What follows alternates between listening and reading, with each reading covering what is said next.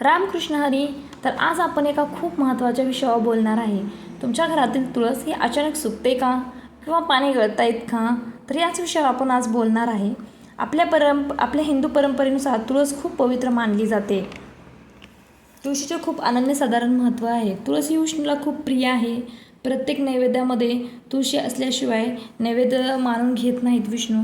रोज तुळशी पूजन केल्याने घरात सकारात्मकता वाढते. तुळशीसमोर संध्याकाळी दिवा लावल्याने मन आपोआप शांत होतं. अनेक व्रत पूजा यामध्ये बघितलं तर त्या तुळशीशिवाय अपूर्ण मानल्या जातात. तसेच तुळशीचे आरोग्यदायी खूप महत्त्व आहे. सर्दी, खोकला, ताप यावर तुळशी गुणकारी आहे. तसेच तुळशीची पानं ही रोगप्रतिकारक शक्ती वाढवतात. तुळस सुकणे, जर तुमची तुळस सुकत असेल तर घरात नकारात्मकता वाढली आहे असे मानतात किंवा सतत भांडण, तणाव किंवा अस्वच्छता असेल तर तुळस सुकते.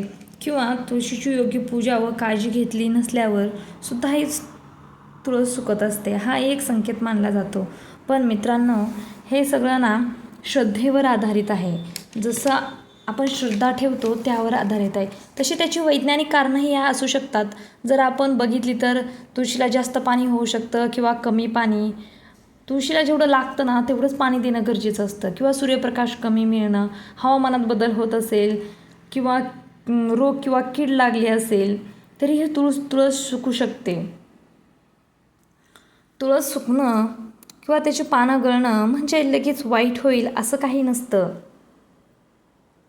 तुळशीची थोडीशी योग्य काळजी घ्यायची. जसं की सूर्यप्रकाशात ठेवायची तुळस. पाणी रोजच्या रोज सकाळी दररोज तिला पाहिजे तेवढ्या गरजेपुरतं दिलं. कीड आणि रोग याच्यावर नियंत्रण ठेवलं तर तुळस सुकत नाही, तर ती पुन्हा हिरवीगार होईल. संध्याकाळी तुळशीसमोर दिवा लावल्याने मन शांत होतं असं म्हणतात. तर तुम्ही भिवून जायचं काही कारण नाही. जर हा व्हिडिओ आवडला असेल तर लाईक करा, चॅनलला सबस्क्राईब करा आणि सर्वांनी आपापल्या तुळशीची चांगल्या योग्य प्रकारे काळजी घ्या.